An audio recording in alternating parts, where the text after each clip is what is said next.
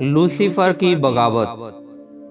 خدا کے دارالسلطنت میں لوسیفر جیسے مقرب فرشتے کی بغاوت آسمانی تواریخ میں ایک سانحہ عظیم کی حیثیت رکھتی ہے۔ ہم خاکی اور فانی انسان اس آسمانی بغاوت کی صحیح نوعیت، وسعت اور اس کے خطرات و اثرات کا اندازہ بھی نہیں لگا سکتے، کیونکہ اول تو آسمانی چیزوں کے بارے میں ہمارا علم بالکل ناقص اور ہماری عقل ناتمام ہے۔ دوم یہ کہ خدا نے اپنے مقدس کلام میں اس کی تفصیل درج کرنا مناسب نہیں سمجھی۔ خدا نے شیطان کی اس بغاوت کا سارا حال انسانوں سے پوشیدہ رکھا ہے اور صرف اتنا ہی ظاہر کیا جتنا ہمارے لیے ضروری ہے۔ اگر ہم گہرے طور سے غور کریں تو معلوم ہوتا ہے کہ شیطان اور اس کے فرشتے کی یہ بغاوت اتنی بڑی تھی کہ اس نے سارے آسمان پر اور سارے لشکر میں زبردست تہلکہ مچا دیا ہوگا۔ جبرائیل اور میکائیل اپنے اپنے فرشتوں کو کنٹرول میں رکھنے کے لیے بے حد قوت کا مظاہرہ کرتے ہوں گے۔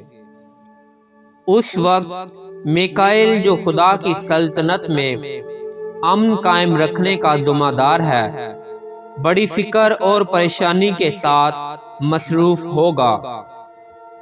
یہ بھی ہو سکتا ہے کہ آسمان میں امن قائم رکھنے کے لیے اسے شیطان اور دوسرے فرشتوں کے ساتھ جنگ بھی کرنی پڑی ہو۔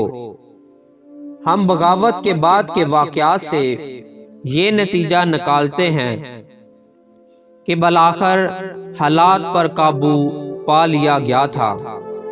شیطان اور اس کے فرشتے گرائے گئے، کچھ فرشتے قید کیے گئے اور بغاوت ختم ہو گئی۔ بائبل کا مطالعہ کرنے سے پتہ چلتا ہے کہ آسمانی لشکر میں 3 بڑے طاقتور مقرب فرشتے ہیں۔ ان میں سے ایک جبرائیل ہے، جو پیدائش اور موت کے علاوہ خدا کی سول حکومت کا انتظام کرتا ہے۔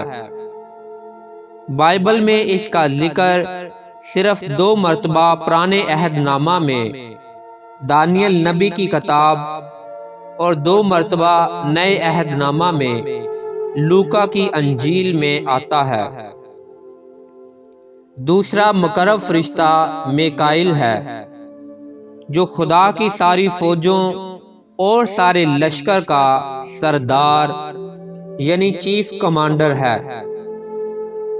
بائبل میں اس کا ذکر بہت بار آیا ہے۔ مثلاً گنتی کی کتاب میں، پہلی تواریخ اور دوسری تواریخ میں، دانیل نبی کی کتاب میں اور عزرا نبی کی کتاب میں، مکاشفہ کی کتاب میں اور یہودا کے خط میں۔ تیسرا مقرب فرشتہ حیل ایل یعنی لوسیفر تھا، جو خدا کی ستائش اور تعریف کے لیے سازوں اور سازندوں کا انچارج تھا۔ اس کے نام کا ذکر یسایہ نبی کی کتاب میں اور دانیل نبی کی کتاب میں آتا ہے۔ تمام فرشتگان کی تعداد کروڑوں میں تھی اور وہ 3 حصوں میں منقسم تھے۔ 1/3 حصہ جبرائیل کے متحد تھا، 1/3 میکائیل کے متحد اور 1/3 لوسیفر کے متحد تھا۔ جب لوسیفر نے بغاوت کی تو اس نے اپنے متحد 1/3 فرشتوں کو ساتھ ملا لیا۔ اس کے بارے میں اشارتاً یوں لکھا ہے، مکاشفہ کی کتاب 12 باب 4 آیت، اس کی دم نے آسمان کے تہائی ستاروں کو کھینچ کر زمین پر ڈال دیا۔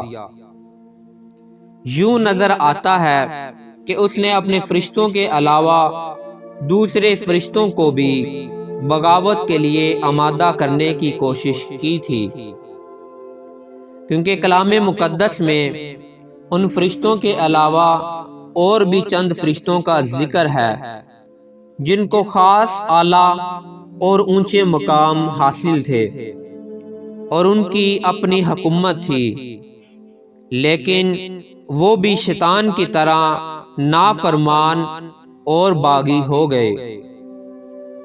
خدا نے انہیں سزا دی اور پکڑ کر قید کر دیا، جہاں وہ عدالت کے دن تک قید رہیں گے۔ ان کے بارے میں یہودا کے خط میں لکھا ہے، جن فرشتوں نے اپنی حکومت کو قائم نہ رکھا بلکہ اپنے خاص مقام کو چھوڑ دیا، ان کو اس نے دائمی قید میں تاریکی کے اندر روز عظیم کی عدالت تک رکھا ہے۔